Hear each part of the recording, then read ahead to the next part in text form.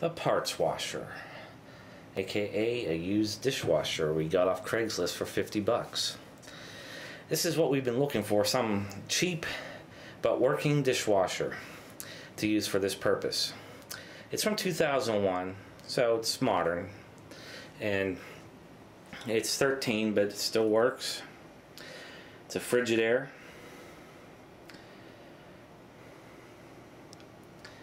Has a countertop on parts nice. It's a little beat up, however, which is okay. I cleaned it up.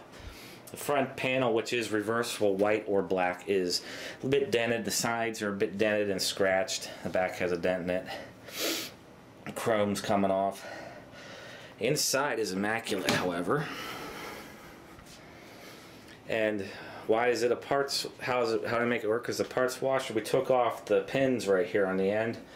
So first thing we can do is remove the top rack for when we stick larger items in.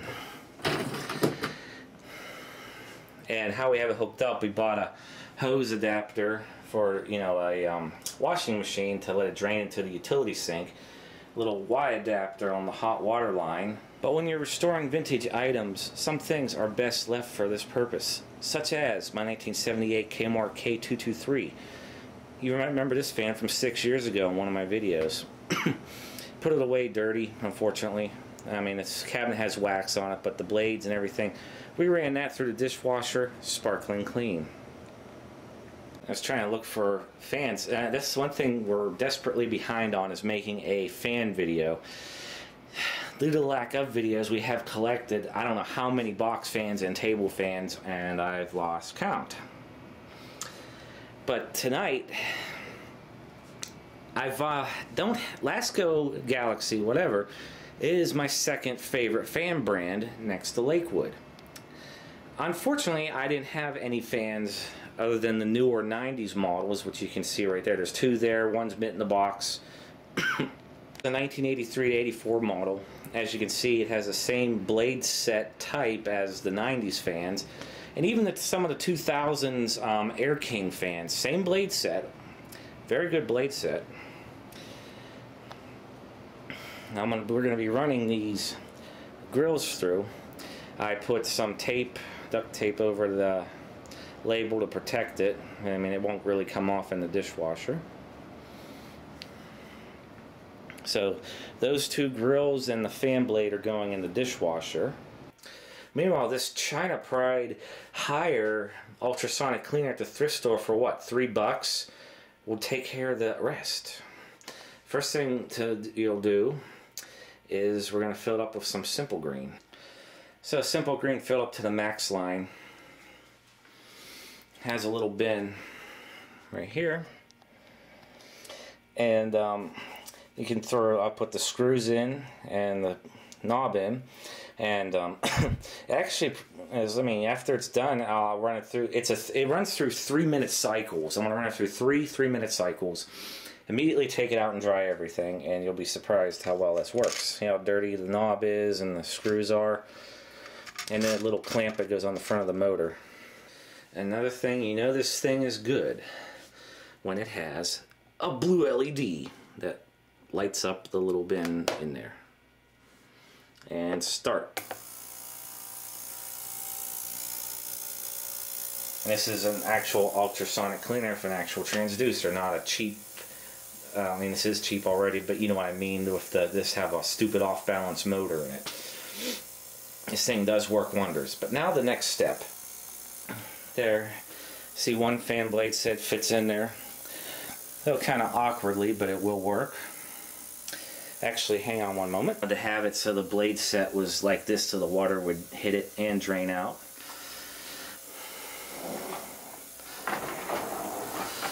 And all that was really wrong with this dishwasher, the removable spray arm down below won't stay in its place. It would keep popping out, hence not spinning. We put 3 stainless steel screws in the base, and now it stays in place. And as you heard, the 3-minute cycle completed, so cycle 2. And it's loaded up. We use these finished Powerball tabs. It's just going to fall out anyhow. Actually, what I'm going to do, I'll just throw it in the bottom. The first cycle is going to be that. No heat.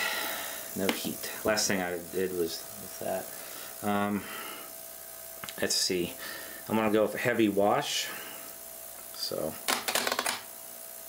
and one thing I'm gonna do just to get it flowing, I'm gonna net plastic mats there, because that's the other thing. Because this is a parts washer, I'm gonna throw everything we can in there. I'm gonna be throwing this car mat in there. It's plastic. Let it rinse clean. So, let's see. There we go. We got hot water. And let's go. Yep. Had to rearrange things a little bit like that, but it'll work now.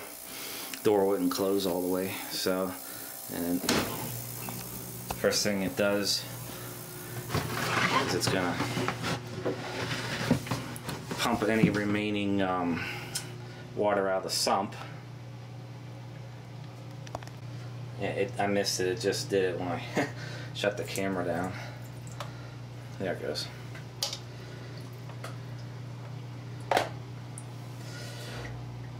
Start that thing up. Third rinse. There it goes.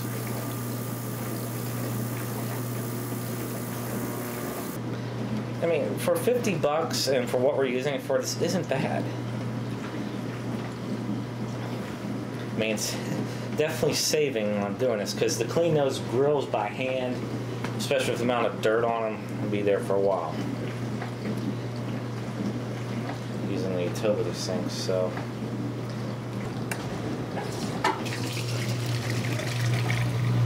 There it goes. First wash cycle.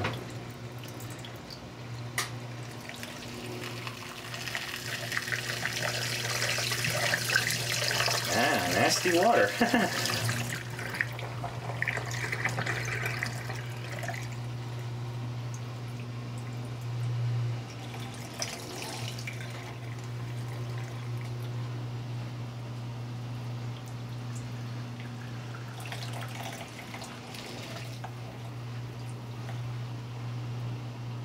Okay, the ultrasonic cleaner is done after 3 cycles.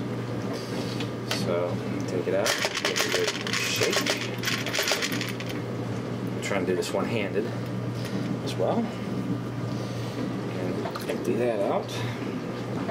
And the end result from the ultrasonic cleaner is this. It's a little wet inside still, I have to dry that. But the screws, all shiny again, even the clamp. I mean, basically all the dirt just falls off, and then you just wipe it and it's like brand new. It requires no effort. Makes things a lot easier for small things like that. I just had to show this real quick. This is the second, this is the rinse, and it's still spitting out black water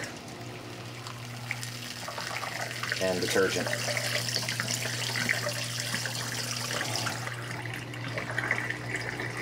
That's one thing I always liked, was seeing, you know, washing machines or whatever just drain into an open sink and watching it swirl down the drain like this. Also seeing all the gunk come off of it. It's on its second rinse. It's still putting out dirty water. So now it has to do a wash and 2 more rinses and then air dry, and then I take it out.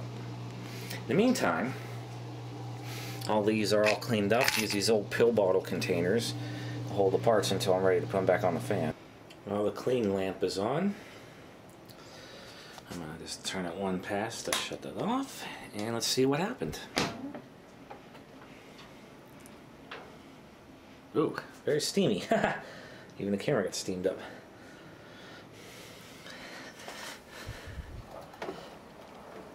Still wet.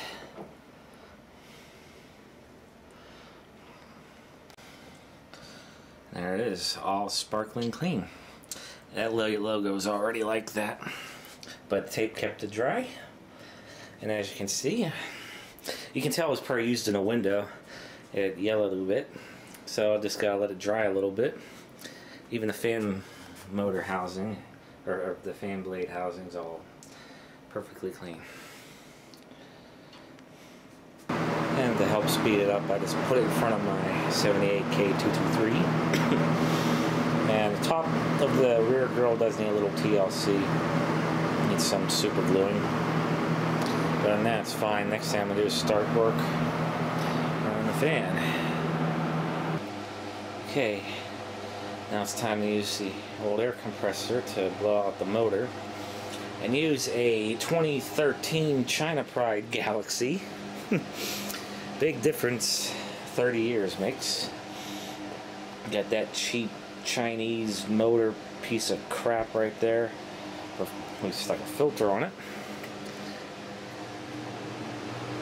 It'll serve its purpose. Nice big steel cabinet on the old one. Original plastic handle is intact. But here we go. There, that cheap thing amazingly caught some stuff off this instead of making the garage full of dust. There we go. And here it is all back together. Repaired the plastic grills. One in the back, a bit yellowed, obviously been facing the sun, probably in the window. But nice thing is, original handle still intact. And this is my first time owning, and if I'm right, this is what Lasko's second gen blade set would be. A very good design. They made that well up to the 2000s, at least in their Air King line. I remember seeing fans like that.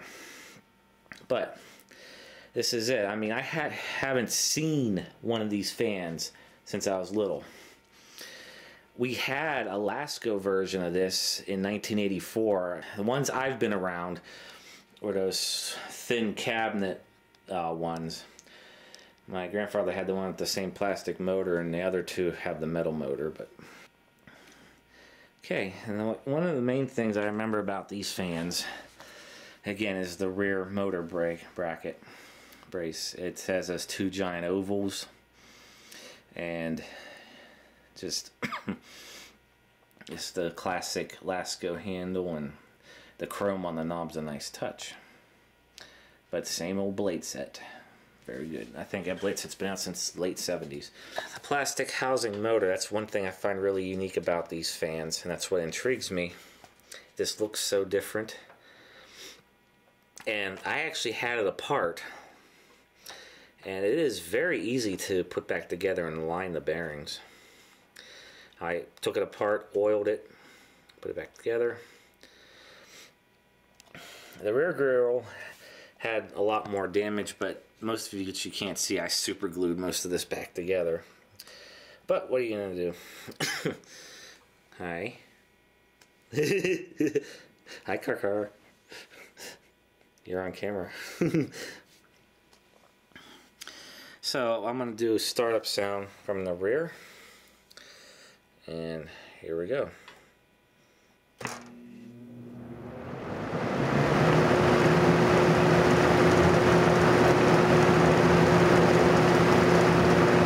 I also have a kilowatt meter on this. The nameplate says 2.2 amps, drawing 1.96, which is good. It's drawing less. 151 watts, 235 volt amps, which gives us a power factor of 0.63. There's no capacitor on it, so again. Now I'm going to switch over to low speed. Oops. See, that's the thing that's different about the later Laskos, is the knob direction's different. So on low speed, we're drawing about 1 amp exactly. 122 volt amps, 77.2 watts.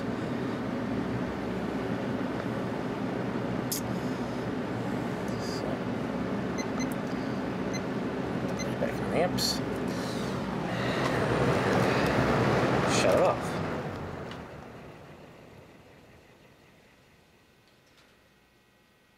And very nice spin down time now that it's been properly oiled.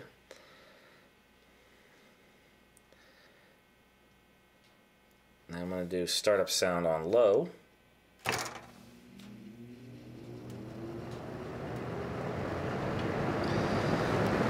This motor is the quieter one of the but it still has the woos I like. Not as pronounced as some of the others, but still good. The knob. Big chrome knob. As you see, it goes off, high, low in a counterclockwise direction, where the later ones went off, high, low in clockwise direction. And that's the thing. I've always seen Laskos from this era with 2 speeds, with 3 speeds being the minority, at least where I'm at. Meanwhile, Lakewood, I have yet to have a 2-speed Lakewood. And I say this because my grandma had a P21 Country Air, which was the 2-speed variant of my all-time favorite fan, the P23 Country Air in avocado green. That's the only other one I've run into. But Laskos, I've seen a lot of 2-speed variants instead of the 3 speeds. But anyhow, on low, very quiet, but it still pushes a lot of air. I mean, I really like this. See, now that's the next thing. I've never used a 1st generation plastic blade set Lasko, so that's next. I'm going to try to get all the variants for this. So, put you back on high. Oh yeah, see, it's quieting down a bit. The motor, when I first tried it, was a bit rough, very dry. Thrust washers are good. I checked them. Just it was mainly the rear bearing that was pretty dry. So I soaked the pads on it. Now it's like really running quiet now, running quite well. And we'll turn it off. I'm gonna leave this run overnight. So finally I got a Lasko Galaxy of this era.